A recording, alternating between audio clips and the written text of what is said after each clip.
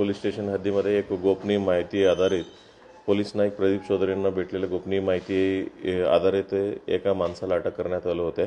विक्की नंदलाल भालेराव वय 28 वर्ष राहणारे वाघनगर जळगाव यांच्याकडनं जे चालवत होता त्या गाडीचं बद्दल आम्ही विचारपूस केल्यावर त्यांनी कबुली दिली की ती गाडी सागर पार्कचं जवळून त्यांनी चोरी केलेल्या अशा कबुली दिल्यानंतर कोर्टात प्रोड्यूस करून त्यांना पोलीस कस्टडी घेतलं आणि पोलीस कस्टडीमध्ये इंट्रोगेशनमध्ये त्यांच्याकडनं 15 मोटरसायकल आम्ही जप्त करण्यात आलेलं आहे।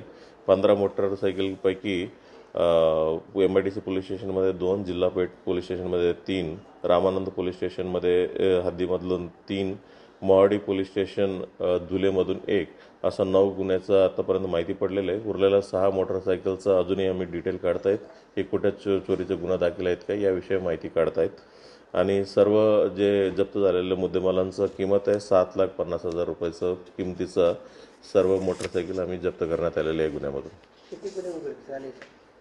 उघडकीस आलेले गुन्हे 9 आहे। अजूनही त्याच्याकडनं 15 मोटरसायकल जप्त करण्यात आलेले आहे।